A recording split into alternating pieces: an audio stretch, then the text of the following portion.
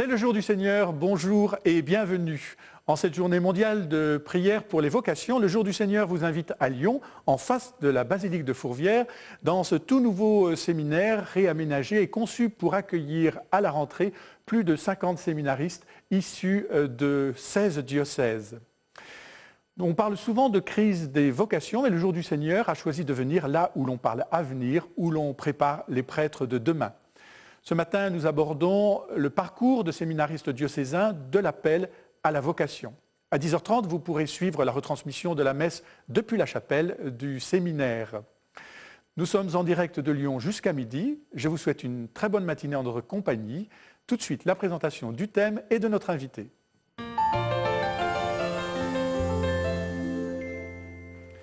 Avec moi sur le plateau ce matin, Éric Paillet, journaliste de la rédaction du Jour du Seigneur. Bonjour Philippe.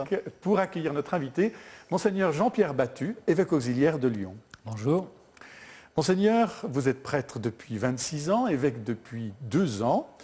Vous étiez vicaire, puis curé dans plusieurs endroits à Paris, puis chargé de formation également à Paris, et y compris de séminaristes. Lorsque vous découvrez un projet de nouveau séminaire en arrivant dans ce diocèse de Lyon, quelle est votre première impression ? Eh bien, c'est quelque chose d'enthousiasmant parce que ça nous tourne effectivement vers l'avenir et ça nous permet d'envisager quantité de choses parce qu'un nouveau bâtiment, méthode nouvelle, manière de faire à repenser et c'est tout à fait exaltant de faire ça. Alors on va voir cela tout au long de cette émission. Il y a eu beaucoup de séminaristes à Paris ces dernières années. Ce n'est pas le cas de tous les diocèses. Éric Paillet, pouvez-vous nous donner un aperçu de la situation ? Philippe, à l'instant, vous parliez de crise des vocations. Je veux juste vous donner un chiffre pour avoir un peu connaissance de la situation. Jusque dans les années 1995, on comptait environ 1200 séminaristes en France. Cette année, ils seront à peine plus de 700. Autre réalité, aujourd'hui, dans la majorité des diocèses de France, il n'y a pas d'ordination sacerdotale chaque année. Alors bien sûr, dans ces conditions, c'est une illusion de continuer à espérer avoir un séminaire par diocèse, comme ce fut le cas très longtemps. Ici, par exemple, à Lyon, dans ce nouveau séminaire, ce sont 16 diocèses qui se sont unis pour offrir ce lieu de formation. Et que vous le disiez à l'instant, il y a à peu près 55 jeunes qui vont venir s'installer ces prochains mois. Alors, mais pour y faire quoi ? Leur formation. Alors cette formation, elle se déroule désormais en plusieurs étapes. D'abord, on va proposer aux jeunes une année dite de propédeutique. C'est une année pendant laquelle les jeunes vont pouvoir travailler le discernement, essayer d'y voir plus clair dans cet appel, dans cette vocation. Et puis, il y a l'enseignement, je dirais, fondamental, avec bien sûr de la philosophie, des études bibliques, de la théologie, dans tous ces champs d'application, théologie fondamentale, théologie morale et également théologie pastorale. Alors un petit peu plus sur la théologie, sur la formation pastorale. Ça, c'est important. Et tout au long de sa formation, le jeune séminariste va être de plus en plus investi en paroisse, sur le champ pastoral. Parce que c'est bien sûr ça l'enjeu d'un séminaire, c'est accompagner un appel reçu par un jeune, un appel qui parfois est flou, parfois déroutant, qui va parfois être même remis en cause. Mais au bout du compte, au bout de 7 ans, il faut qu'il devienne un prêtre. Un prêtre qui soit formé, un prêtre qui soit compétent et qui soit solide désormais humainement et spirituellement pour pouvoir assumer son sacerdoce. Alors, Monseigneur Battu, le thème de notre matinée, c'est de l'appel au sacerdoce. Comment définissez-vous l'appel ? Et puis, quels sont peut-être les critères de discernement aujourd'hui ? Eh bien, l'appel, comme son nom l'indique, ça vient de quelqu'un qui appelle. Et celui qui appelle, c'est Dieu. Alors, chez un jeune, il y a des médiations par lesquelles l'appel sera entendu. Il va vivre des événements, des rassemblements, des moments d'église forts qui vont le marquer. Il va vivre des rencontres aussi. Et quand il s'agit de l'appel au sacerdoce, ça va évidemment passer par des prêtres qu'il aura rencontrés. Et il se sera dit à cette occasion, peut-être que le Seigneur m'appelle à vivre ce qu'eux-mêmes sont en train de vivre. Alors, la formation des prêtres a beaucoup évolué depuis Vatican II. Éric, vous avez un exemple ? Oui, c'est Benoît Van de Putte qui est allé rencontrer 2 prêtres. Ils sont du même diocèse, du diocèse de Cambrai. Alors, ils ont fait leur séminaire à des époques complètement différentes. Et vous allez voir, ils n'en ont pas vraiment le même souvenir.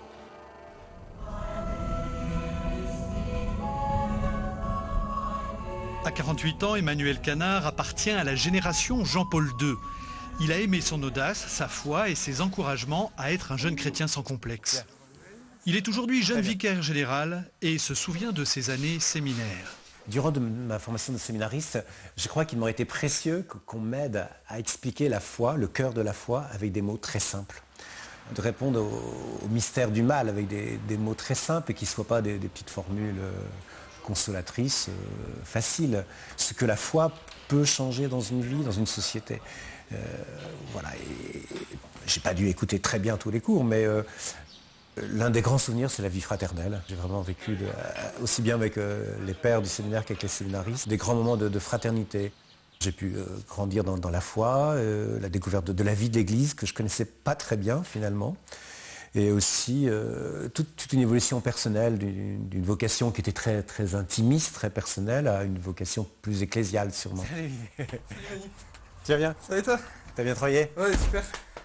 La vie étudiante m'attirait beaucoup, donc tous les soirs je retrouvais des amis, j'allais au cinéma et je pense que j'aurais dû davantage profiter de ces années qui sont courtes finalement de séminaire pour peut-être pour travailler davantage, pour avoir une vie spirituelle de prière plus consistante. Je crois que c'est quand même l'enjeu de ces années de séminaire. Et bon. Comment tu vas, Cécile? Dans un agenda bien rempli, Emmanuel préserve le moment du déjeuner à la maison Bethsaïde. Là, il peut se détendre et parler en toute liberté. Autre repas fraternel. Tous les mardis, Michel Corduan, 77 ans, prêtre à la retraite, dîne au Quesnoy. Lui, sa formation, il l'a faite dans les années 50. Le séminaire était une maison close, fermée, enfermée. On ne pouvait pas sortir. On était nombreux, on était, je sais pas moi, 120, tout jeunes, d'une vingtaine d'années, enfermés. Je sais pas si vous voyez comme ça pouvait mousser quand même, au bout d'un moment. Avec un cousin prêtre et un oncle vicaire général, Michel Corduan a de qui tenir. Je ne suis plus au séminaire, je suis encore en soutane.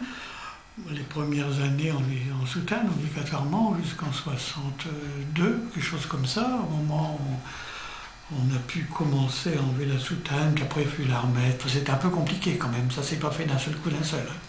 C'était progressif. Et les cours, au point de vue dogmatique, etc., moral, tout ça, étaient à mon avis assez corrects, mais les cours d'écriture sainte étaient nuls. Je me suis juré, quand je suis sorti, de jamais y remettre les pieds. Une décision qui ne l'a pas empêché de faire son chemin. Vicaire, doyen, aumônier scout, responsabilité nationale dans la CI, vicaire épiscopal, une belle vie au service de son diocèse. Je n'ai jamais regretté. J'ai eu des copains qui ont regretté, j'ai eu des copains qui sont partis. Les années 70-72 ont été très dures pour un certain nombre de prêtres de ma génération que j'ai connus. Et pour vous? Mais pas pour moi. Pas pour moi. Ça ne s'est jamais posé de façon forte. Non. C'est une chance, c'est une grâce, c'est une chance assez considérable. J'en suis conscient. Alors, Monseigneur Jean-Pierre Battu, on vient d'entendre deux prêtres, un formé à l'ancienne, avant Vatican II, et l'autre formé plus récemment, génération Jean-Paul II. L'un et l'autre se plaignent d'avoir été insuffisamment formés. Comment forme-t-on et puis qu'est-ce qui est essentiel précisément dans la formation? Alors je dirais qu'on est toujours insuffisamment formé, parce que la formation ne s'arrête pas au séminaire, elle se poursuit après. Et il y a une formation permanente des prêtres, comme une formation permanente dans toutes les professions, dans tous les états de vie. Mais ce qui est très important, c'est que le séminaire pose les bases de ce qui sera la vie du prêtre plus tard. Et le premier des intervenants parlait des bases spirituelles en disant que c'était tout à fait essentiel, ça l'est tout à fait. Donc on commence par là.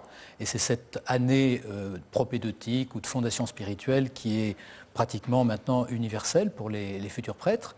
Et puis les bases intellectuelles, les bases théologiques, les bases pastorales. Et puis, toute une manière d'être en contact avec les gens, de s'adresser à eux, de les écouter, qui ne se passe pas uniquement au séminaire. Cette formation se passe aussi en paroisse et on envoie les séminaristes dans différents lieux qui changent au cours de leur formation, où ils peuvent justement avoir un contact déjà pastoral avec les personnes. Alors est-ce que c'est une manière déjà de les préparer aux difficultés qu'ils risquent de rencontrer ultérieurement? C'est une manière de les préparer, c'est une manière aussi de voir comment ils réagissent et comment ils se comportent et de les aider là où peut-être il y a des duretés ou au contraire ils sont pas assez réactifs, et bien les aider où ils ne sont pas assez à l'écoute, les aider à corriger ces défauts. À quel visage de prêtre, quel statut de prêtre les forme-t-on aujourd'hui? C'est difficile de répondre à cette question parce que, d'une part, ils ont des histoires différentes.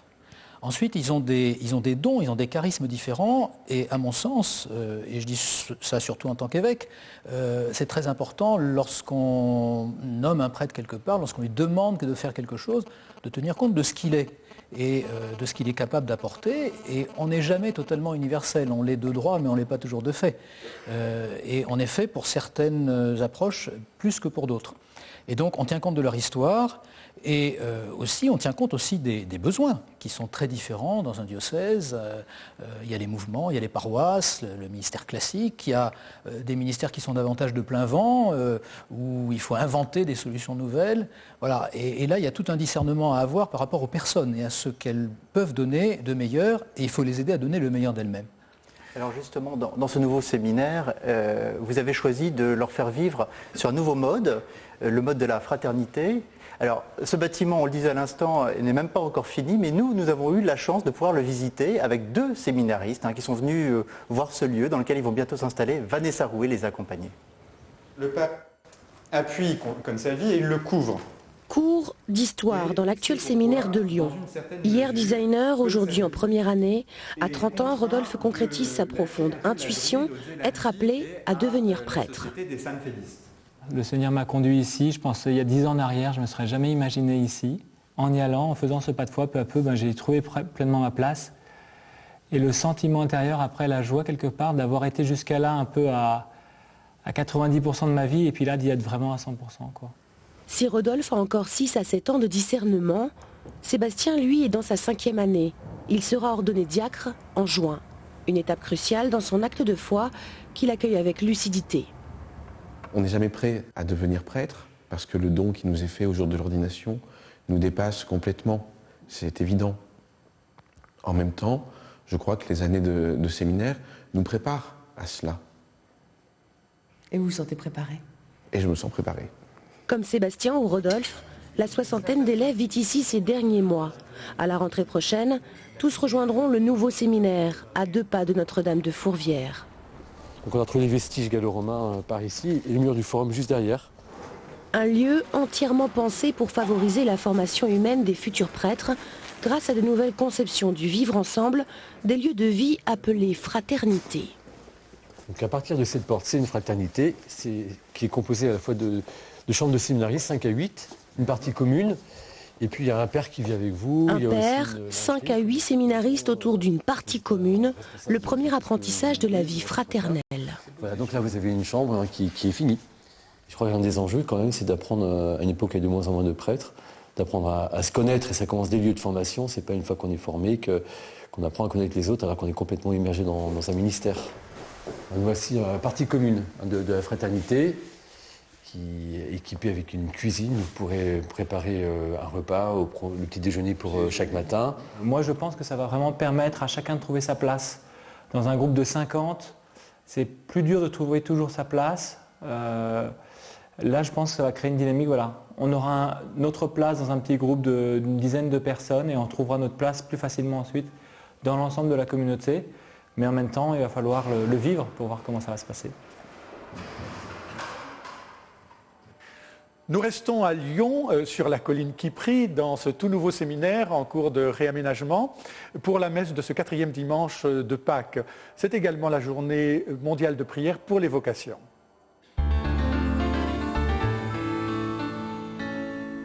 Dans cette chapelle qui vient tout juste d'être rénovée et où l'on va célébrer la messe pour la première fois depuis son réaménagement. Ayons à cœur de prier aujourd'hui pour toutes les vocations dans l'Église, mais en particulier pour ceux qui, ici en septembre, ou dans tous les séminaires de nos diocèses, sont préparés à devenir prêtres.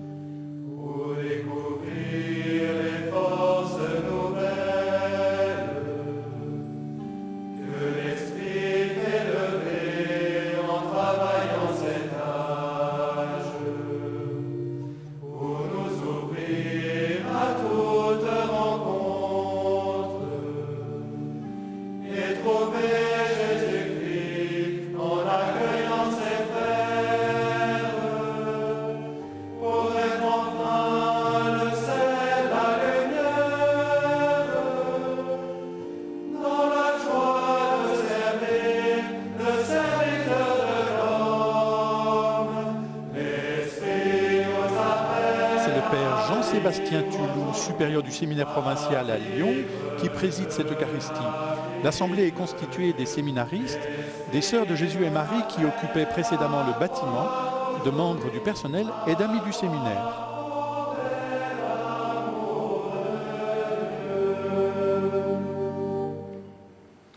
Au nom du Père et du Fils et du Saint-Esprit, Amen. La grâce de Jésus notre Seigneur, l'amour de Dieu le Père et la communion de l'Esprit Saint soient toujours avec vous. Et avec votre esprit. Frères et sœurs bien-aimés, chers amis, quel bonheur de vous savoir avec nous ce matin. Nous ne vous voyons pas, mais la communion dépasse les sens. Vous me permettrez d'avoir une pensée cordiale et de vifs remerciements pour ceux qui, depuis 2 ans, œuvrent à la réalisation de ce très beau projet. En cette année sacerdotale et en ce jour de prière pour les vocations, je compte tout particulièrement sur votre prière, si chère au cœur de Dieu, pour les séminaristes de cette communauté qui, jour après jour, se nourrissent de celui qu'ils vous annonceront et donneront demain, le Christ. Mettons-nous donc au début de cette Eucharistie à l'écoute du bon pasteur et ensemble empruntons le chemin de la miséricorde. Seigneur Jésus, envoyé par le Père pour guérir et sauver les hommes, prends pitié de nous. Ce n'est pas le pécheur qui revient à Dieu pour lui demander pardon, mais c'est Dieu lui-même qui court après le pécheur et qui le fait revenir à lui, disait le curé d'Ars. Alors laissons-nous rejoindre par Dieu. Ô Christ, venu dans le monde appeler tous les pécheurs, prends pitié de nous. Christ eleison, Christ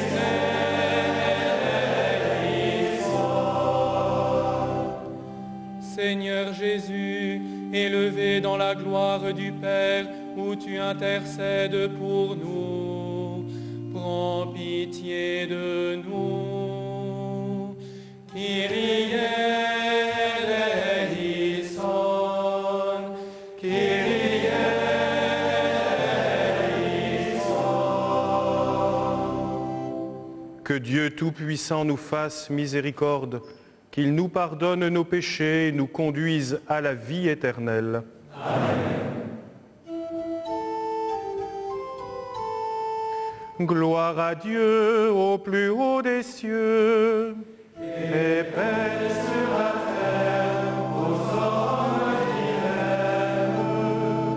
Nous te louons, nous te bénissons, nous t'adorons, nous te glorifions, nous te rendons grâce pour ton immense gloire. Seigneur Dieu, roi du ciel, Dieu le Père Tout-Puissant, Seigneur, Fils unique Jésus-Christ, Seigneur Dieu, agneau de Dieu, le Fils du Père, toi qui enlèves le péché du monde, prends pitié de nous. Toi qui enlèves le péché du monde, reçois notre prière.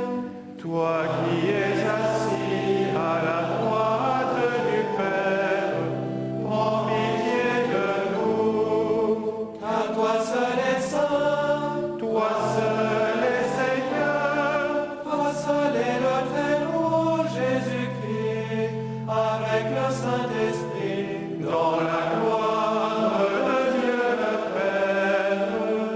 Amen.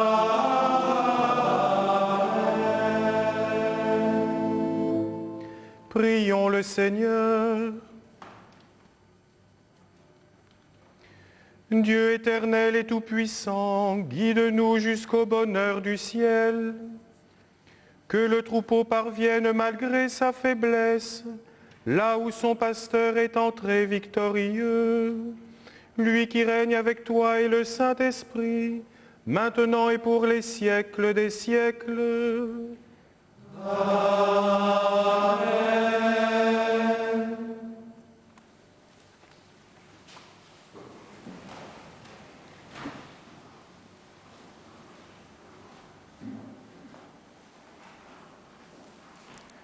Lecture du livre des Actes des Apôtres. Paul et Barnabé étaient arrivés à Antioche de Pisidie. Le jour du sabbat, ils entrèrent à la synagogue. Quand l'assemblée se sépara, beaucoup de Juifs et de convertis au judaïsme les suivirent. Paul et Barnabé, parlant avec eux, les encourageaient à rester fidèles à la grâce de Dieu. Le sabbat suivant, presque toute la ville se rassembla pour entendre la parole du Seigneur. Quand les Juifs virent tant de monde, ils furent remplis de fureur. Ils repoussaient les affirmations de Paul avec des injures.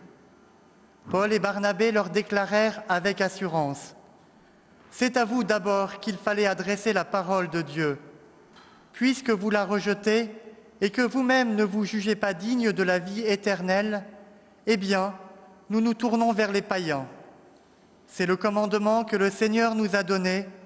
J'ai fait de toi la lumière des nations pour que, grâce à toi, le salut parvienne jusqu'aux extrémités de la terre. » En entendant cela, les païens étaient dans la joie et rendaient gloire à la parole du Seigneur. Tous ceux que Dieu avait préparés pour la vie éternelle devinrent croyants.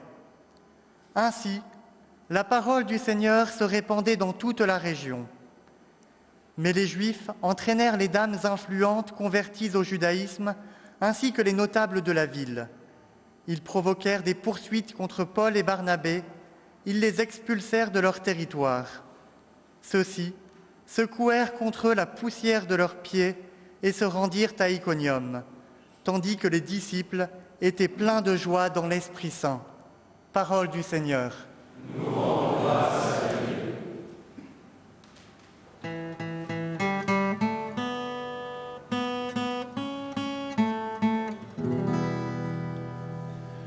Jusqu'aux limites du monde, le salut de notre Dieu. Acclamez le Seigneur terre entière. Servez le Seigneur dans l'allégresse, venez à lui avec des chants de joie. Jusqu'aux limites du monde, le salut de notre Dieu. Reconnaissez que le Seigneur est Dieu, il nous a fait et nous sommes à lui. Nous, son peuple, son troupeau, jusqu'aux limites du monde, le salut de notre Dieu. Oui, le Seigneur est bon, éternel est son amour, sa fidélité demeure d'âge en âge. Jusqu'aux limites du monde, le salut de notre Dieu.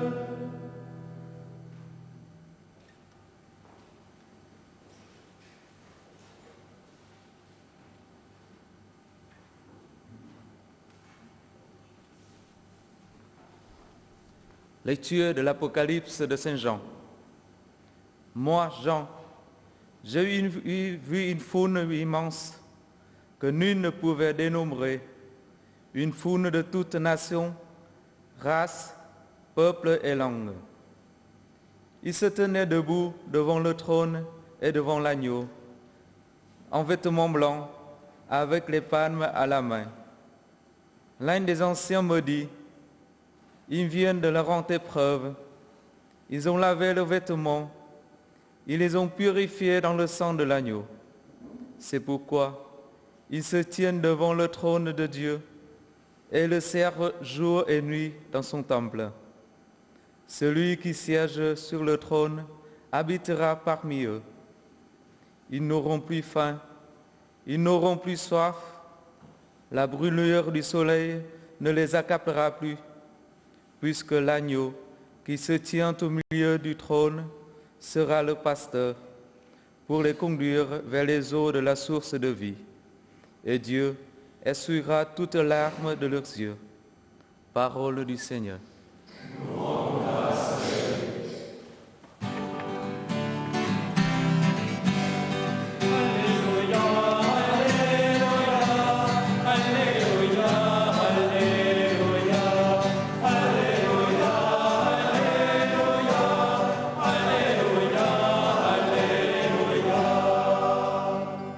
Jésus, le bon pasteur, connaît ses brebis, et ses brebis le connaissent.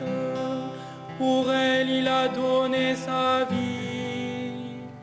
Alléluia, Alléluia, Alléluia, Alléluia, Alléluia, Alléluia, Alléluia, Alléluia. Le Seigneur soit avec vous. Et avec votre esprit. Évangile de Jésus-Christ selon saint Jean. Gloire à toi, Seigneur.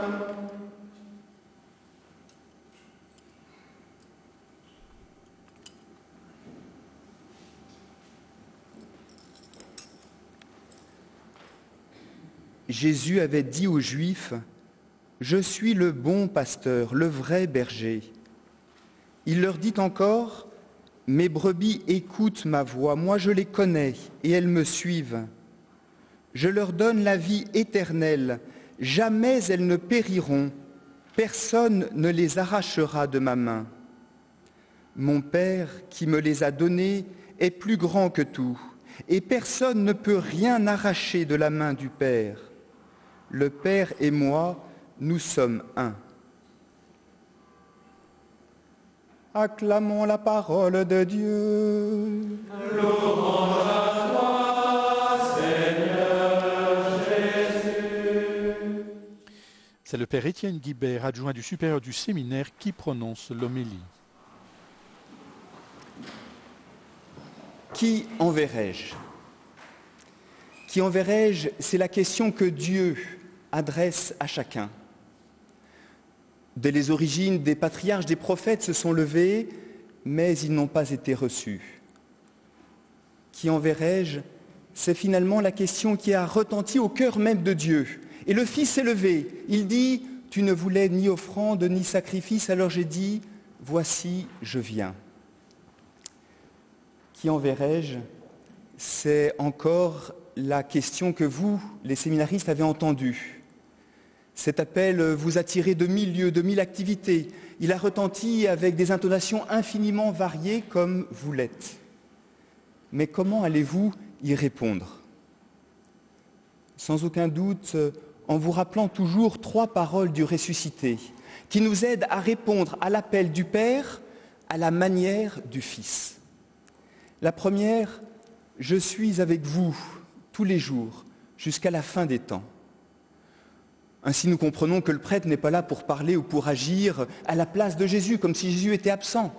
Non, il prête ses mains et ses pieds, sa bouche et ses oreilles, son intelligence et toute sa volonté, et jusqu'à son cœur, pour que soit reçu aujourd'hui le Seigneur. Et qu'il soit reçu à la manière dont il a voulu l'être lorsqu'il a foulé notre terre il y a 2000 ans, à travers des rencontres toutes humaines, infiniment humaines, tellement humaines qu'il n'y avait plus rien d'inhumain en elles. Oui, ayez le goût des paroles et des gestes qui ne cherchent pas à rivaliser en artifice, mais à s'ajuster, à s'accorder à la présence divinement humaine de Jésus, qui est toujours actuelle. Alors, le livre des Actes des Apôtres se poursuivra. Vous l'avez entendu, quand Paul et Barnabé enseignent, c'est la parole du Seigneur que les païens entendent. Comment cela ? Comme le Père m'a envoyé, avait prévenu Jésus, moi aussi je vous envoie. Par cette deuxième parole, nous comprenons que ce que Jésus donne à ses prêtres, Ce n'est pas d'abord des recettes pour l'évangélisation, ça nous serait bien utile, mais il nous donne beaucoup mieux. Il nous donne, je le dis en tremblant, l'identité même du Fils, sa propre identité d'envoyé du Père, lui qui a transmis la vie, l'œuvre et l'amour du Père. Et les prêtres, par les sacrements principalement, transmettent la vie, l'œuvre et l'amour du Père. Voilà leur trésor divin, qui les dépasse infiniment évidemment, mais un trésor divin qui sait déployer sa puissance de pardon et de paix à travers les vases d'argile que nous sommes et qu'il a accepté qu'il le porte. Oui, par les sacrements, c'est Jésus lui-même ressuscité qui continue de dire au monde je donne la vie éternelle à mes brebis. Jamais elles ne périront, jamais personne ne les arrachera de ma main. Quelle promesse! Comment pourrions-nous en être les serviteurs? Il convient pour nous d'entendre une troisième parole, qui est la dernière de Jésus à Pierre. Toi, suis-moi.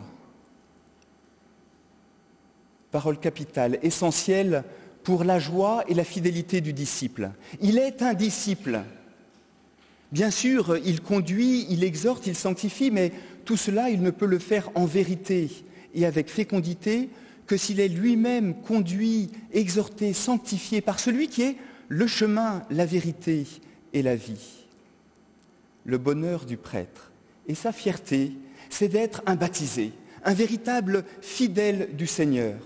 Son ambition, comme tous les chrétiens, c'est de rejoindre ce peuple immense dont nous parlait le livre de l'Apocalypse. Mais sa manière à lui de rejoindre ce peuple, ce sera de se consacrer à la blancheur du vêtement de ce peuple, de se consacrer à la sainteté des baptisés. Heureux êtes-vous, vous qui vous préparez à servir les baptisés dans leur suite du ressuscité. Heureux êtes-vous, vous qui vous préparez à servir tout homme dans sa quête du bien et du vrai. Heureux serez-vous si vous le faites à la manière du bon pasteur qui aime, qui connaît, qui donne sa vie pour ses brebis.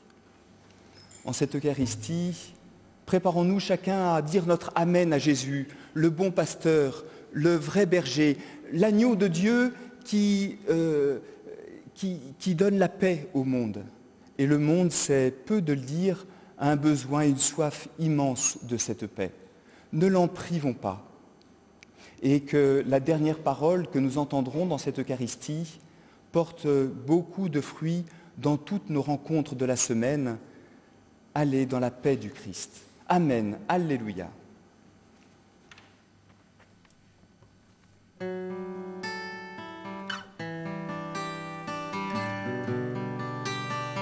Qui enverrai-je?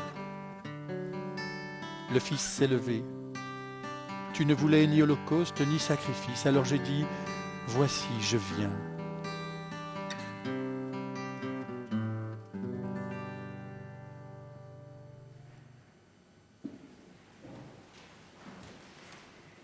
Je crois en un seul Dieu, le Père Tout-Puissant, Créateur du ciel et de la terre, de l'univers visible et invisible. Je crois en un seul Seigneur, Jésus-Christ, le Fils unique de Dieu, né du Père avant tous les siècles. Il est Dieu, né de Dieu, lumière, né de la lumière, vrai Dieu, né du vrai Dieu, engendré, non pas créé, de même nature que le Père, et par lui tout a été fait. Pour nous les hommes et pour notre salut, il descendit du ciel. Par l'Esprit Saint, il a pris chair de la Vierge Marie et s'est fait homme. Crucifié pour nous sous Ponce Pilate, il souffrit sa passion et fut mis au tombeau. Il ressuscita le troisième jour, conformément aux Écritures, et il monta au ciel. Il est assis à la droite du Père. Il reviendra dans la gloire pour juger les vivants et les morts, et son règne n'aura pas de fin. Je crois en l'Esprit Saint, qui est Seigneur et qui donne la vie. Il procède du Père et du Fils. Avec le Père et le Fils, il reçoit même adoration et même gloire. Il a parlé par les prophètes. Je crois en l'Église, une, sainte, catholique et apostolique. Je reconnais un seul baptême pour le pardon des péchés. J'attends la résurrection des morts et la vie du monde à venir. Amen. Prions le Père par Jésus pour que tous dans l'Esprit entendent sa voix.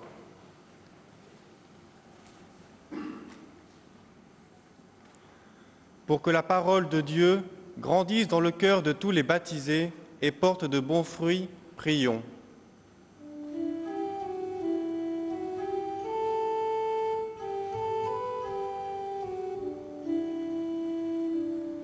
Fais-nous voir, Seigneur, ton amour et donne-nous ton salut.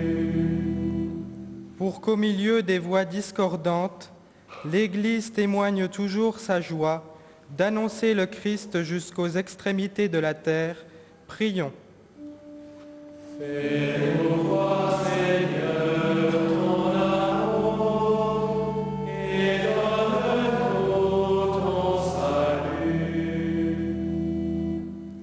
Pour ceux et celles qui nous rejoignent aujourd'hui, particulièrement ceux qui souffrent dans leur corps et dans leur cœur, qu'ils trouvent auprès du bon pasteur paix et réconfort, prions. Fais-nous voir, Seigneur, ton amour et donne-nous ton salut. Pour la communauté du séminaire, pour les vocations sacerdotales, religieuses et consacrées, afin que de nombreux jeunes découvrent la joie de faire la volonté du Seigneur en se donnant au service de l'Évangile, prions. Fais-nous voir, Seigneur, ton amour et donne-nous ton salut. Écoute, Père très bon, toutes ces intentions et celles que nous portons au fond de nos cœurs. Donne à chacun la claire vision de ce qu'il doit faire et avec ton esprit, la force et la joie de l'accomplir par Jésus, le Christ notre Seigneur. Amen. En cette année sacerdotale, comment ne pas évoquer ici le curé d'Ars, né à Dardilly, à 2 pas d'ici, et qui exerça son premier ministère à Écully, dans la banlieue lyonnaise. C'est un texte qu'il a écrit qui fournit les paroles du chant d'offertoire.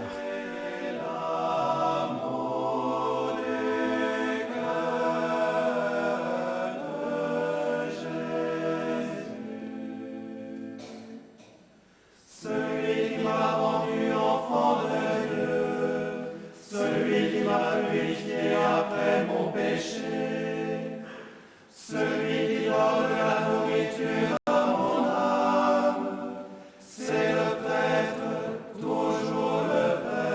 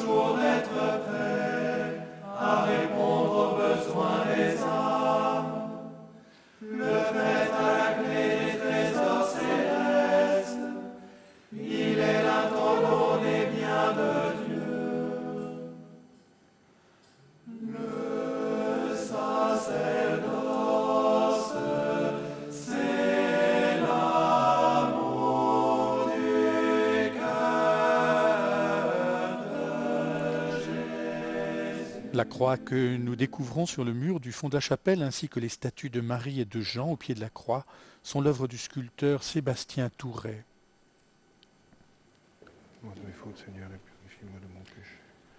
Le pape Benoît XVI écrivait pour l'année sacerdotale « Le curé d'Ars, en son temps, a su transformer le cœur et la vie de tant de personnes parce qu'il a réussi à leur faire percevoir l'amour miséricordieux du Seigneur. Notre temps a aussi un besoin urgent d'une telle annonce et d'un tel témoignage de la vérité de l'amour. Demandons au Seigneur de susciter des témoins de son amour et de sa miséricorde. » Prions ensemble au moment d'offrir le sacrifice de toute l'Église. Pour la gloire de Dieu et le salut du monde. Donne-nous, Seigneur, de te rendre grâce toujours par ces mystères de Pâques. Il continue en nous ton œuvre de rédemption, qu'il soit pour nous une source intarissable de joie par Jésus, le Christ, notre Seigneur. Amen. Le Seigneur soit avec vous. Et avec votre esprit. Élevons notre cœur. Nous le tournons vers le Seigneur. Rendons grâce au Seigneur notre Dieu. Cela est juste et bon. Vraiment, il est juste et bon de te glorifier, Seigneur, en tout temps, mais plus encore en ces jours où le Christ, notre Pâque, a été immolé. Quand il livre son corps sur la croix, tous les sacrifices de l'ancienne alliance parviennent à leur achèvement. Et quand il s'offre pour notre salut, il est à lui seul l'autel, le prêtre et la victime. C'est pourquoi le peuple des baptisés, rayonnant de la joie pascale, exulte par toute la terre, tandis que les anges dans le ciel chantent sans fin l'hymne de ta gloire.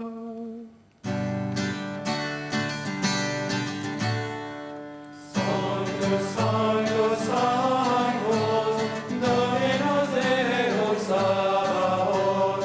Sanctus, Sanctus, Sanctus, Dominus Deus Sabaoth. Benedictus Celi et terra, gloria tua.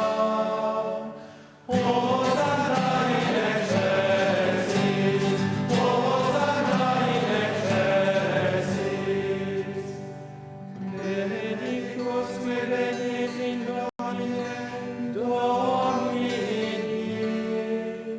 Hosanna in excelsis, Hosanna in excelsis. Tu es vraiment saint Dieu de l'univers et toute la création proclame ta louange, car c'est toi qui donnes la vie, c'est toi qui sanctifies toutes choses par ton Fils Jésus-Christ notre Seigneur, avec la puissance de l'Esprit Saint. Et tu ne cesses de rassembler ton peuple, afin qu'il te présente partout dans le monde une offrande pure. C'est pourquoi nous voici rassemblés devant toi, et dans la communion de toute l'Église en ce premier jour de la semaine, nous célébrons le jour où le Christ est ressuscité d'entre les morts. Par lui que tu as élevé à ta droite, Dieu Tout-Puissant, nous te supplions de consacrer toi-même les offrandes que nous apportons. Sanctifie-les par ton Esprit, pour qu'elles deviennent le corps et le sang de ton Fils, Jésus-Christ notre Seigneur, qui nous a dit de célébrer ce mystère. La nuit même où il fut livré, il prit le pain. En te rendant grâce, il le bénit, il le rompit et le donna à ses disciples en disant « Prenez et mangez-en tous, ceci est mon corps, livré pour vous. »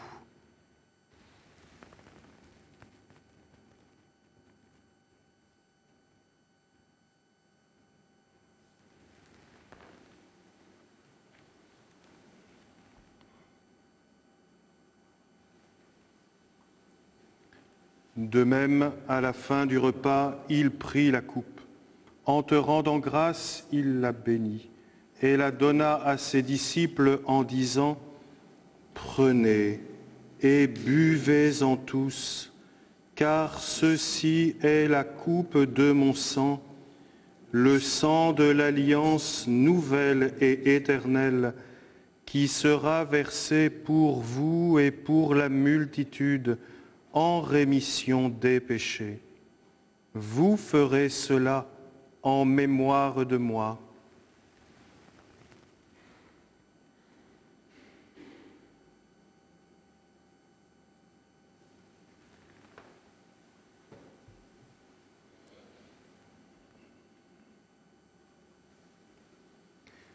Il est grand le mystère de la foi. Nous proclamons ta mort, Seigneur Jésus. Nous célébrons ta résurrection. Nous attendons ta venue dans la gloire. En faisant mémoire de ton Fils, de sa passion qui nous sauve, de sa glorieuse résurrection et de son ascension dans le ciel, alors que nous attendons son dernier avènement, nous présentons cette offrande vivante et sainte pour te rendre grâce. Regarde, Seigneur, le sacrifice de ton Église et daigne y reconnaître celui de ton Fils qui nous a rétablis dans ton alliance. Quand nous serons nourris de son corps et de son sang et remplis de l'Esprit Saint, accorde-nous d'être un seul corps et un seul esprit dans le Christ. Que l'Esprit Saint fasse de nous une éternelle offrande à ta gloire, pour que nous obtenions un jour les biens du monde à venir, auprès de la Vierge Marie, la bienheureuse Mère de Dieu, avec les apôtres, Saint Marc, Saint Irénée, les martyrs et tous les saints qui ne cessent d'intercéder pour nous. Et maintenant, nous te supplions, Seigneur, par le sacrifice qui nous réconcilie avec toi, étends au monde entier le salut et la paix. Affermis la foi et la charité de ton Église au long de son chemin sur la terre. Veille sur ton serviteur, le pape Benoît, et notre évêque Philippe, l'ensemble des évêques, les prêtres, les diacres et tout le peuple des rachetés. Écoute les prières de ta famille assemblée devant toi, et ramène à toi, Père très aimant, tous tes enfants dispersés. Pour nos frères défunts, pour les hommes qui ont quitté ce monde et dont tu connais la droiture, nous te prions. Reçois-les dans ton royaume où nous espérons être comblés de ta gloire, tous ensemble et pour l'éternité, par le Christ notre Seigneur, par qui tu donnes au monde toute grâce et tout bien.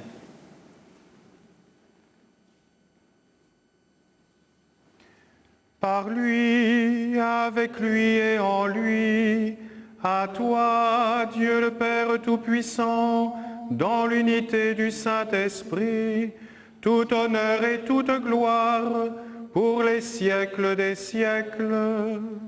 Amen.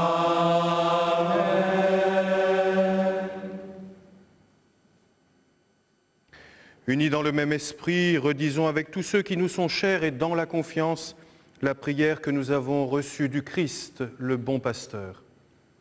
Notre Père, qui es aux cieux, que ton nom soit sanctifié, que ton règne vienne, que ta volonté soit faite sur la terre comme au ciel. Donne-nous aujourd'hui notre pain de ce jour. Pardonne-nous nos offenses, comme nous pardonnons aussi à ceux qui nous ont offensés. Et ne nous soumets pas à la tentation, mais délivre-nous du mal. Délivre-nous de tout mal, Seigneur, et donne la paix à notre temps. Par ta miséricorde, libère-nous du péché.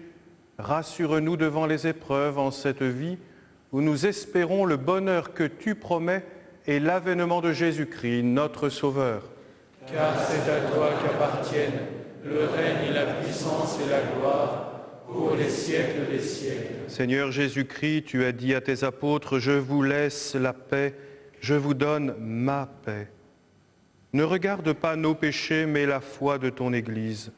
Pour que ta volonté s'accomplisse, donne-lui toujours cette paix et conduis-la vers l'unité parfaite, toi qui règnes pour les siècles des siècles. Amen. Que la paix du Seigneur soit toujours avec vous. Et avec votre esprit. Dans la charité du Christ, donnez-vous la paix. Le bon pasteur donne sa vie pour ses brebis. Au moment d'accueillir et d'échanger la paix entre nous, souvenons-nous de celui qui a donné sa vie pour être notre paix, le Christ lui-même.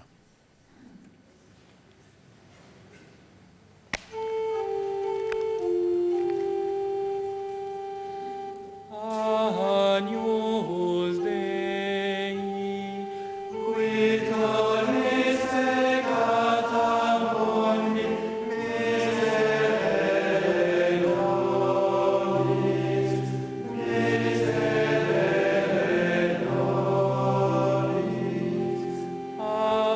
Agnus Dei, qui tollis peccata mundi, miserere nobis, miserere nobis. Agnus Dei, qui tollis peccata mundi, dona nobis pacem, dona nobis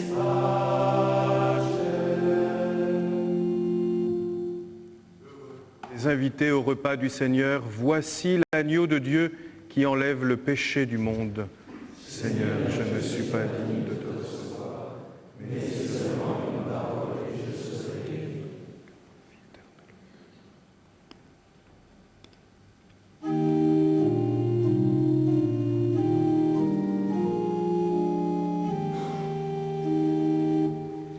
Celui en qui l'eau vive a jailli, c'est moi ton rocher qui nous sauve. Le corps du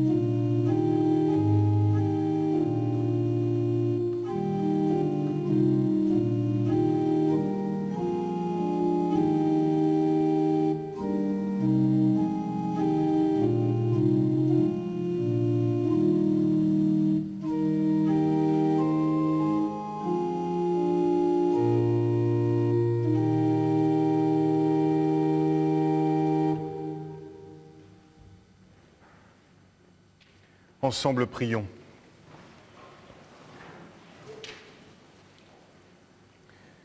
Père Tout-Puissant et Pasteur plein de bonté, veille sur tes enfants avec tendresse. Tu nous as sauvés par le sang de ton Fils. Ouvre-nous une demeure dans le royaume des cieux par Jésus le Christ notre Seigneur. Amen. Le Seigneur soit avec vous. Et avec votre esprit. Que Dieu Tout-Puissant vous bénisse, le Père, le Fils et le Saint-Esprit. Amen. Allez dans la paix du Christ. Nous rendons grâce à Dieu.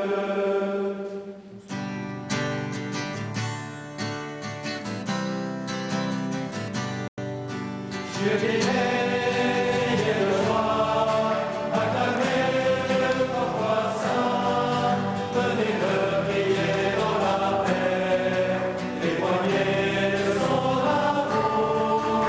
Jubilez, criez de joie, ô Dieu, notre Dieu. Louez le Dieu de lumière, il nous arrache des ténèbres. Devenez dans sa clarté, les enfants de la lumière. Jubilez, criez de joie, acclamez le roi. Nous quittons la chapelle, mais nous restons jusqu'à midi dans ce nouveau séminaire de Lyon.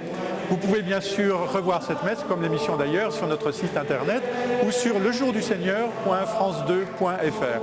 Nous sommes ensemble depuis 10h30 et je salue les téléspectateurs qui nous ont rejoints au cours de l'émission. Avant de rejoindre notre invité, Monseigneur Jean-Pierre Battu, avec qui nous abordons ce matin la vocation de séminariste de l'appel au sacerdoce, regardons l'initiative originale du diocèse du Havre, la caravane des vocations.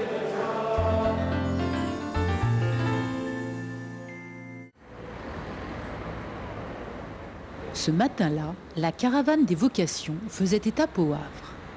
Devant l'église Saint-Denis, Denise invite les passants à tester leur connaissance sur la vocation sacerdotale. Non ? Ah, mais attendez. Alors, si vous voulez savoir où les prêtres se forment, par qui les prêtres sont ordonnés, enfin, vous avez toute la vie des prêtres. Comment s'appelle l'école de formation des prêtres? Comment entre-t-on au séminaire? Par piston? Pas par piston. Non, ben, assieds-toi, Béatrice, tu vois. Les futurs prêtres sont ordonnés par l'évêque. À l'intérieur de la caravane, une exposition photo présente différents moments de la vie du prêtre. Des tracts, des affiches et un kit de prière sont également proposés.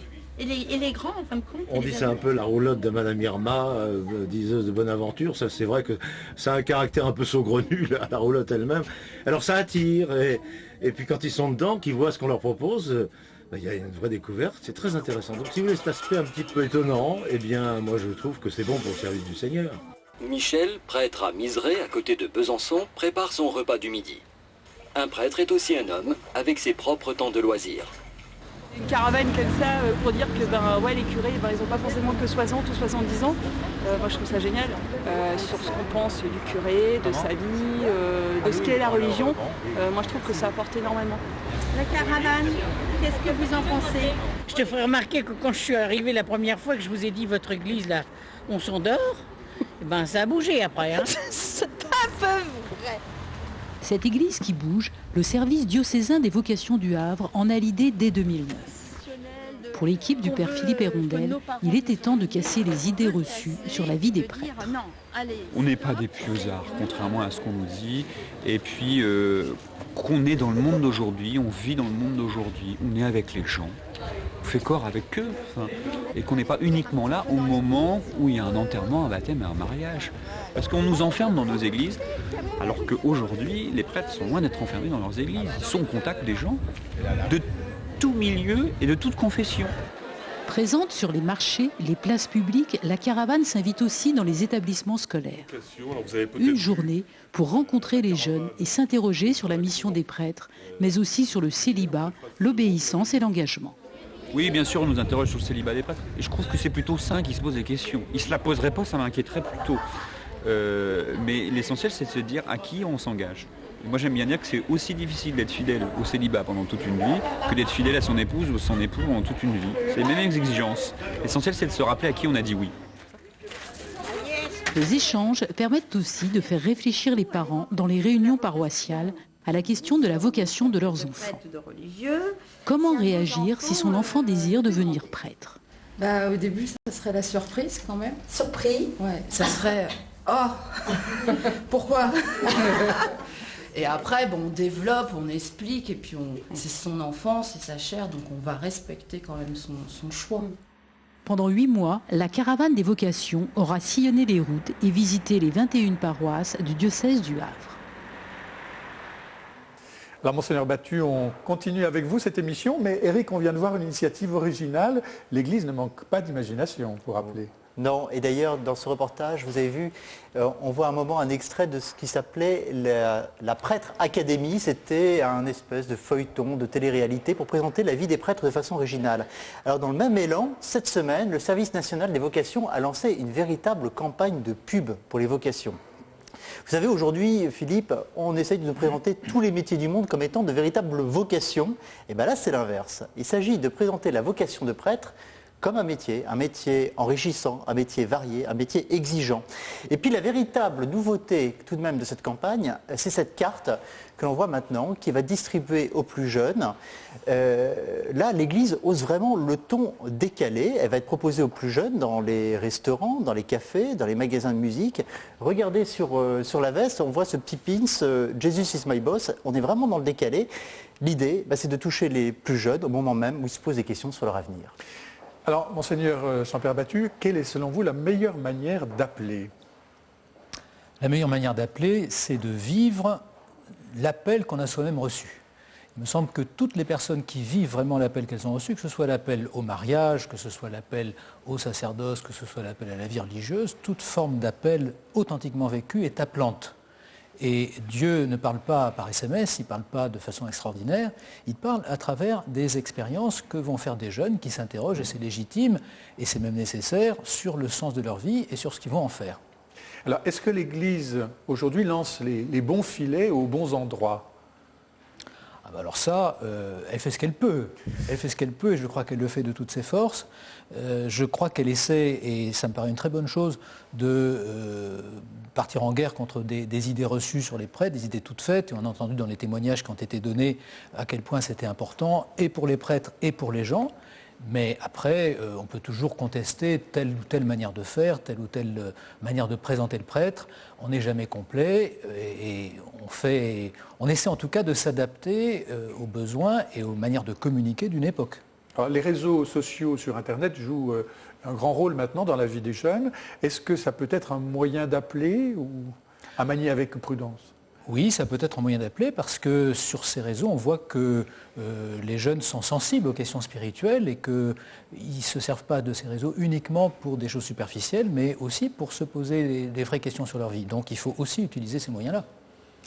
Alors, dans le sujet de présentation qu'on a vu tout à l'heure sur le séminaire, on a entendu des mots comme fraternité, vie communautaire, du vocabulaire qui est plutôt habituellement utilisé dans les communautés religieuses, dans les ordres religieux.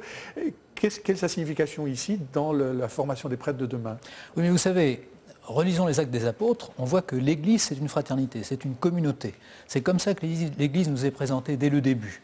Et donc, l'idée, c'est que des gens qui se préparent à conduire des communautés, à susciter des communautés, à les faire grandir, vivent eux-mêmes en communauté pour avoir ce sens de la communauté. Voilà. Après, leurs conditions concrètes de vie pourront varier, mais il faut qu'ils soient capables de susciter de vraies communautés. Et pour ça, il faut leur donner la possibilité de le vivre. Et puis en petits groupes, les défauts des uns et des autres et aussi leurs qualités apparaissent mieux que dans un grand groupe un petit peu anonyme.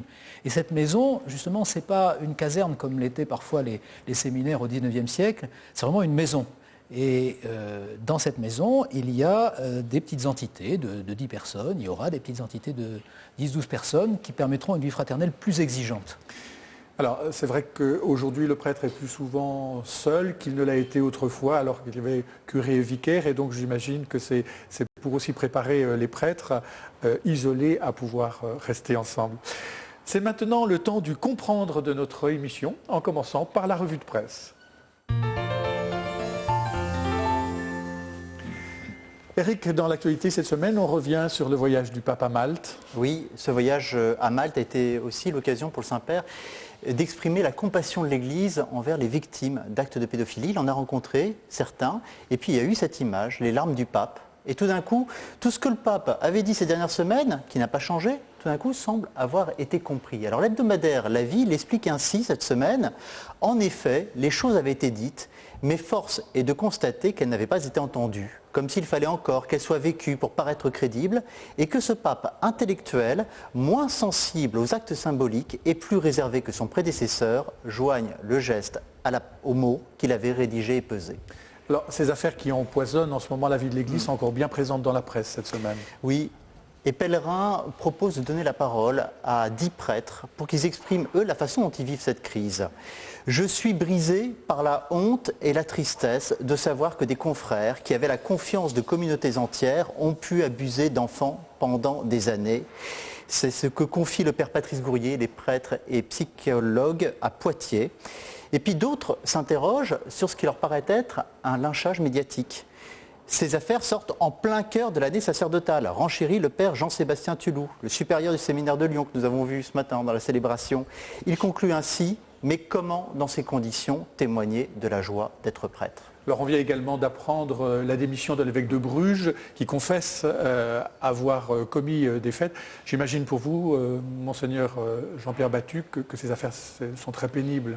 C'est très pénible, c'est une horreur.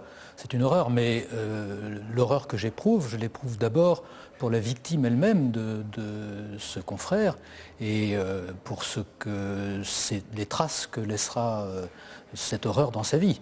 Il y a quelques années, j'ai eu affaire à une famille où s'étaient produits des horreurs dans la famille, de la part du père de famille. Bon, c'était des choses qui étaient prescrites depuis longtemps, mais la douleur des victimes, elle est jamais prescrite. Exact. Et donc, c'est d'abord aux victimes qu'il faut penser, mais aussi, d'une certaine façon, le coupable est victime. Il est victime de ses pulsions, il est victime de sa perversion, et il a besoin d'être soigné, mais il a besoin aussi de faire l'expérience de la miséricorde et du pardon. Et je crois que c'est dans les deux sens que cette expérience doit être ressentie pour que les blessures soient guéries. Alors Eric, c'est aussi aujourd'hui la journée mondiale de prière pour les vocations. Oui, et Famille chrétienne a donné la parole aux familles. On a entendu dans le sujet tout à l'heure, la famille chrétienne a ouvert un dossier pour savoir ce que ces familles ont pensé, comment elles ont accompagné la décision prise par leur enfant. J'ai vraiment senti la terre s'écrouler, confesse-t-il. Comme père, vous êtes construit un schéma basé sur leurs études, leur boulot, la transmission de la vie, de l'histoire de la famille, et tout s'arrête brusquement. Vous basculez dans un autre monde. Et elle, en parlant de la mère, d'ajouter « on n'a rien vu venir ». Plus loin dans l'article, une mère témoigne « c'est ma souffrance de mère qui me fait pleurer, pas son choix spirituel ». Monseigneur Jean-Pierre Battu, vos parents, comment ont-ils réagi quand vous leur avez annoncé que vous vouliez être prêtre ? Très mal, très mal. Ça s'est très mal passé au début et ça a été extrêmement difficile, effectivement. Et puis après, ma famille a vu que j'étais heureux dans ce que je faisais, que ça m'épanouissait, que c'était vraiment le chemin de vie qui était fait pour moi. Et donc tout le monde s'est réjoui. Voilà. Et je crois que ce n'est pas du tout étonnant qu'au départ, ce soit déstabilisant pour une famille, même pour une famille chrétienne, de voir l'annonce d'une vocation, d'autant qu'on ne sait pas toujours comment l'annoncer, on est toujours maladroit avec sa propre famille, mais que la joie des parents, c'est de voir que leurs enfants sont vraiment dans le chemin qui est pour eux. Alors Eric, pour terminer cette revue de presse, peut-être une dernière nouvelle un peu plus souriante ? Oui, un insolite. On a parlé de vocation de religieux, de prêtres. Eh bien, vous savez, désormais, en Suisse, on peut devenir ange. C'est ce que nous rapporte la presse suisse, La Liberté. C'est un article paru dans Courrier International et qui nous raconte qu'en effet, des anges sont apparus sur le bord des routes suisses, vêtus d'un impeccable costume crème, une paire d'ailes duveteuses cousues aux omoplates. Un ange incite les automobilistes à lever le pied. Cet ange, eh bien, c'est la nouvelle recrue de la police routière du canton de Fribourg.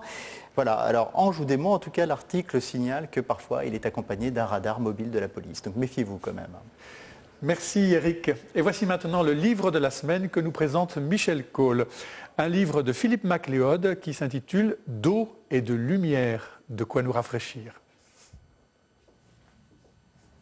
C'est bientôt le joli mois de mai, le mois de Marie, comme on dit en Occident, depuis le XIIIe siècle. Cette tradition printanière invite les chrétiens à se tourner chaque jour vers la mère du Seigneur. Pour s'y préparer, je vous conseille la lecture d'un merveilleux poète d'aujourd'hui. Il s'appelle Philippe MacLeod. Il vit sur les hauteurs de Lourdes et travaille discrètement à la librairie du sanctuaire. Bien des pèlerins ignorent sa présence, mais lui, il moissonne en secret tout ce qu'il voit, rencontre et ressent au contact de cette église offerte à tous les vents.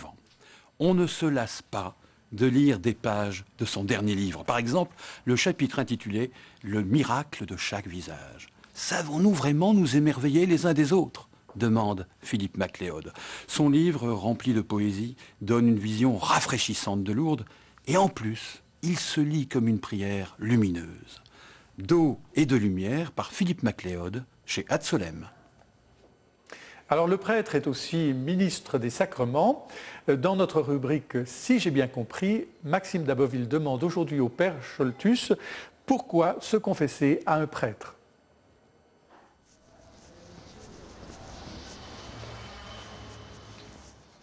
Bonjour Robert. Salut Maxime. Vous allez bien depuis la dernière fois? Ça va, oui, très bien. Alors, vous ne savez pas ce que j'ai vu.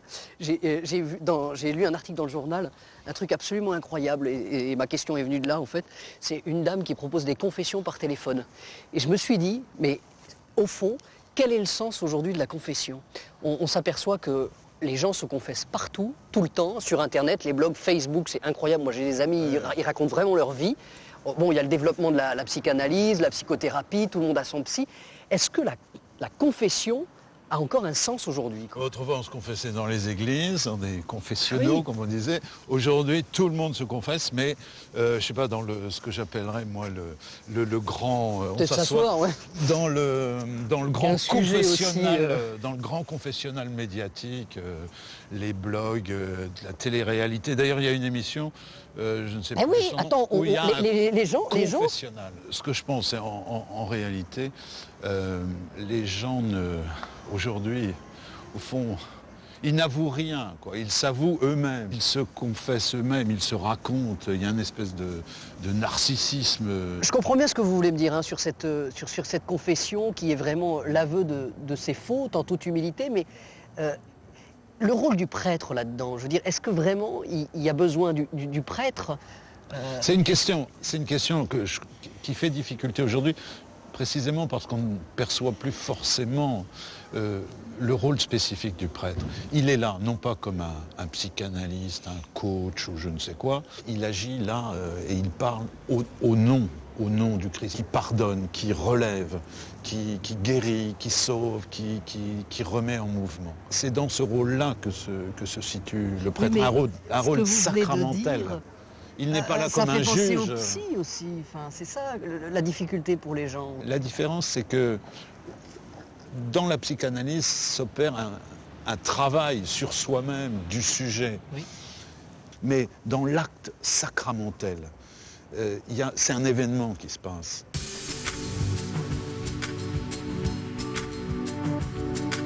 Par ce geste du pardon, c'est Dieu même dans la puissance de son pardon qui intervient dans une vie. Ce n'est pas de même nature que la démarche analytique qui consiste qui est une analyse personnelle aidée par un tiers. Quoi. Voilà, c'est ça. Donc, un tiers qui, au demeurant, ne prononce pas de parole de pardon.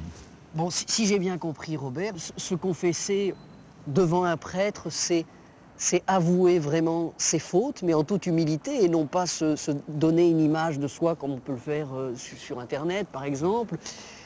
Et c'est aussi accepter de recevoir le pardon.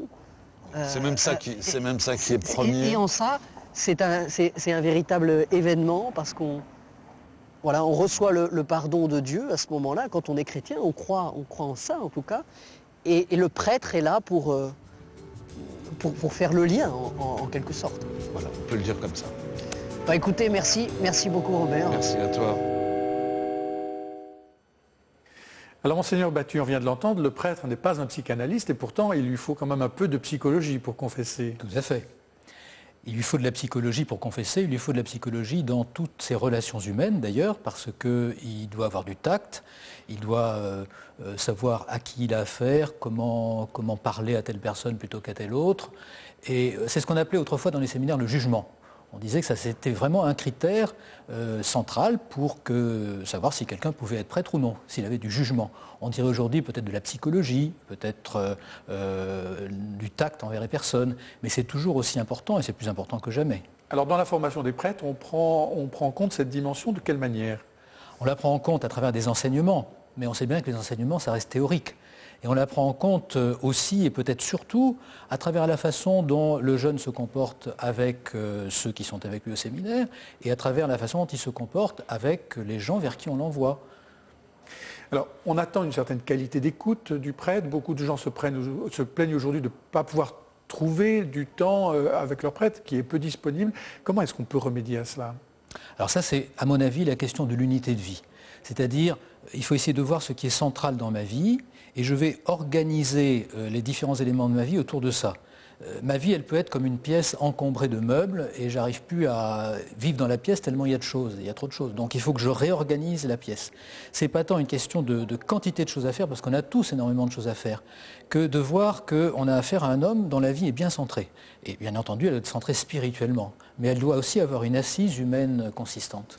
Alors certains aussi ont une expérience malheureuse au confessionnal, viennent livrer parfois quelque chose de difficile, de lourd, ils n'ont pas toujours bien reçu. Comment le prêtre, ministre de la réconciliation, apôtre de miséricorde, peut-il réagir dans certains cas? Oui, alors vous voyez, là on touche justement aux deux composantes du prêtre. Le prêtre, c'est à la fois l'homme de Dieu, et puis c'est un homme avec ses qualités, ses défauts et ses limites. Il est demandé au prêtre dans la confession, après que le pénitent a confessé ses péchés, de dire quelque chose pour donner des conseils. Et il le dit avec tout lui-même. Et il peut être maladroit, il peut être à côté de la plaque, voilà. Donc il y a ces deux dimensions, et c'est ça qui est très beau en même temps, parce que c'est à travers ces deux dimensions à la fois très spirituelles, où c'est Dieu qu'on rencontre, et très humaine, parce qu'on rencontre Dieu à travers un homme, qui nous sont donnés dans tous les sacrements. C'est un risque, mais c'est très beau. Alors le moment est venu maintenant de prendre avec vous un temps pour plus partager.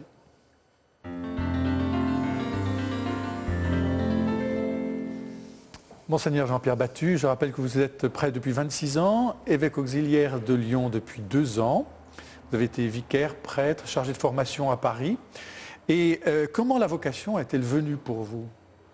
Eh bien écoutez, elle est venue au contact de prêtres. J'ai rencontré des prêtres qui étaient des hommes admirables, qui avaient une vie sacerdotale qui m'a donné envie de me poser cette question et qui m'a donné envie de faire comme eux, d'être comme eux, même si je savais que ce serait différent. Mais voilà, l'appel, je l'ai ressenti concrètement à travers des personnes, des rencontres de personnes.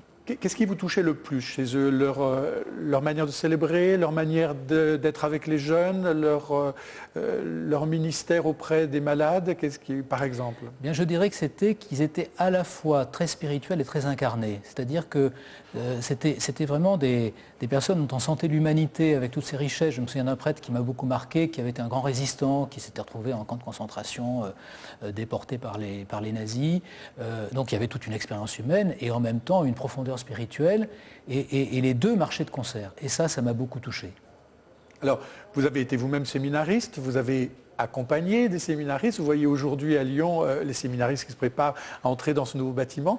Est-ce que le séminariste a changé entre le moment où vous l'étiez et aujourd'hui? Ah oui, je crois. Ils n'ont pas grandi de la même façon.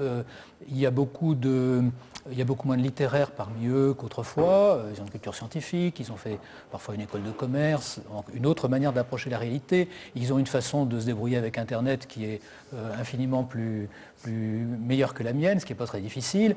Ils sont vraiment des jeunes de leur temps. Et en même temps, eh bien, je vois que les modalités de l'appel qu'ils ont ressenti et de leur désir de devenir prêtre, il y a quelque chose qui transcende les époques dans tout ça. Voilà. Alors le Seigneur ne se sert pas de béni oui-oui pour appeler des prêtres, il prend tout un chacun. En tout cas, pour moi, il ne s'est pas servi de béni oui-oui parce que, encore une fois, il s'est servi de gens très très incarnés Et je pense souvent à ce passage d'évangile où on reproche à Jésus d'être trop incarné. On lui dit, voilà, tu manges et tu bois, tu es un glouton et un ivrogne. On lui cite Jean-Baptiste qui est un ascète. On dit, comment est-ce que tu n'es pas comme Jean-Baptiste?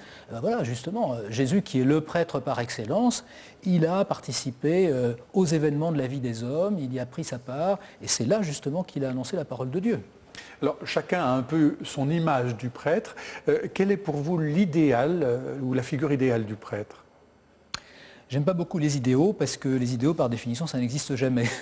Donc, je pourrais, mais je ne le ferai pas parce que ça serait indiscret, je pourrais citer des prêtres qui aujourd'hui sont pour moi des lumières sur mon chemin et dire, voilà, pour telle et telle raison, ils le sont. Mais vous me permettrez de ne pas entrer davantage dans les détails là-dessus. Mais ce sont en tout cas des personnes très très concrètes. Vous avez eu plusieurs ministères. Dans lequel de ces ministères avez-vous été, je dirais, le plus heureux comme prêtre? J'ai toujours été heureux dans tous les ministères qui m'ont été donnés, vraiment. Il y a eu des choses difficiles, il y a eu des moments où je ne savais pas très bien comment m'y prendre, où peut-être j'ai traversé des épreuves, on en traverse dans toutes les vies, mais ma joie, ça a toujours été de donner la parole de Dieu, parce que je crois que les gens en ont soif, et que quand on donne la parole de Dieu, on se rend compte qu'on ne s'annonce pas soi-même, et donc c'est convertissant pour nous.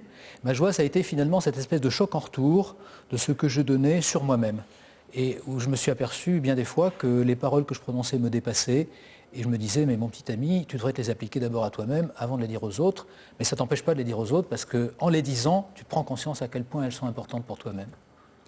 Alors aujourd'hui, vous êtes dans le diocèse de Lyon en charge de la vie spirituelle. Est-ce que vous pouvez nous en dire quelques mots de la manière dont vous concevez cette charge? Alors la vie spirituelle, c'est d'abord de l'institutionnel, enfin la première chose qu'on voit. Par exemple, on organise des retraites, on organise des sessions pour des jeunes, pour des prêtres, pour des laïcs, pour toutes sortes de gens. Et puis la vie spirituelle, c'est saisir les occasions. Par exemple, à Lyon, nous avons une grande date qui est le 8 décembre, et la fête des Lumières, qui est la fête de l'Immaculée Conception. Et là, il y a vraiment une occasion à saisir qui est à la fois spirituelle et pastorale, apostolique. Voilà. Et c'est donc d'être attentif à ces moments, favorables où on peut faire percevoir aux personnes de bonne volonté, et elles sont extrêmement nombreuses, qu'il y a un appel dans leur vie. Il y a quelque chose qui n'est jamais étouffé par le quotidien et par les préoccupations matérielles, et qui est l'appel de Dieu. Et là, il faut être très attentif. Donc ça, ce n'est pas de l'institutionnel, ce n'est pas de l'organiser au départ, ce sont vraiment des occasions à saisir, des temps favorables. Tout à l'heure, vous avez évoqué les figures de prêtres, vous n'avez pas voulu donner de nom. Alors moi, je vais aller un peu plus loin. J'aimerais quand même que vous parliez du cardinal Lustiger. Vous avez été ordonné par lui ? Alors à vrai dire, j'ai donné des noms. Le jour où j'ai été consacré évêque, j'ai voulu donner des noms dans la cathédrale, même si ces noms étaient parfaitement inconnus, parce que je me suis dit, il y a quelque chose de beau à les faire retentir sous les voûtes de cette cathédrale. Mais c'est vrai que le cardinal Lustiger, qui a été mon évêque pendant un quart de siècle, qui m'a ordonné diacre, puis ordonné prêtre, est quelqu'un qui m'a beaucoup marqué parce que j'ai été sensible, comme beaucoup de gens, à la dimension prophétique de cet homme. Prophétique à cause de ses racines juives, prophétique aussi à cause d'un tempérament de feu qui faisait que... Est-ce qu'il a toujours été bien compris ? Non, il a pas. Vous savez, les prophètes n'ont jamais été bien compris. Hein. Et les prophètes, ce sont des gens aussi qui ont parfois des paroles à l'emporte-pièce, qui ont des paroles qui choquent, qui heurtent, qui sont mal comprises. Et je pense que ça a parfois été son cas aussi. Mais nous avons besoin de prophètes parce que ça nous évite de nous endormir. Ça nous évite d'être dans une espèce de ronron de routine. Alors, toutes les vocations ne peuvent pas toujours s'exprimer quand elles le désirent, ni comme elles le désirent. C'est l'histoire de la bienheureuse que nous raconte maintenant le frère Philippe Verdun. Les parents de Marie la trouvaient trop joyeuse pour devenir religieuse. Alors, ils la marièrent à un artisan de Tours. Avec son talent pour les affaires, elle fait prospérer l'entreprise familiale. À la mort de son époux, elle veut entrer au monastère. Mais son beau-frère ne l'entend pas de cette oreille. Si Marie s'en va, la fortune du négoce est compromise. Marie demeure donc au comptoir, et c'est là que le Christ lui rend visite dans de fréquentes apparitions. Elle entre enfin chez les Ursulines en 1631, et elle est envoyée au Québec pour fonder le premier couvent du Nouveau Monde et une école où les Françaises et les Indiennes sont élevées ensemble. Même quand je me trouvais mêlée aux conversations des marchands, mon esprit était en communion avec Dieu, dit-elle. Les révélations du Christ à Marie de l'Incarnation, au milieu des sacs de grains et des ballots de tissu, nous rappellent qu'en tout lieu, Dieu vivant est présent, si nous voulons bien l'accueillir. Alors dimanche prochain à 10h15, je dis bien 10h15, vous découvrirez Kairos, la nouvelle émission œcuménique mensuelle que le Jour du Seigneur produit avec Présence protestante. Le thème de ce premier numéro sera « Sauver la terre, un choix à faire ». Et l'invité sera Dominique Voynet. Je vous retrouverai, moi, peu avant 10h45 pour la messe qui sera retransmise depuis la Belgique par les soins de la RTBF. La dernière demi-heure que nous passerons ensemble sera consacrée, nous amènera à Turin, sera consacrée à la visite du Saint-Père au linceul. Ce sera l'occasion pour nous de nous interroger sur les preuves que nous avons éventuellement besoin pour croire. Avons-nous besoin de preuves pour croire? Et je recevrai le Père Jean-Robert Armogat. C'est la fin de cette émission que vous pouvez revoir sur notre site internet ou sur lejourduseigneur.france2.fr. Merci Monseigneur Jean-Pierre Battu d'avoir été notre invité aujourd'hui. Merci Eric. Ce fut un plaisir. On vous retrouve dans 15 jours puisque la semaine prochaine c'est Étienne Jacquemart qui sera avec moi sur le plateau. Merci au Père Tulou et aux séminaristes de nous avoir accueillis dans ce nouveau séminaire encore en chantier mais où on a fait le propre pour pouvoir tenir ce plateau. Merci à vous tous pour votre fidélité. Je vous retrouve dimanche prochain sur France 2. D'ici là, passez un très beau dimanche et une bonne semaine.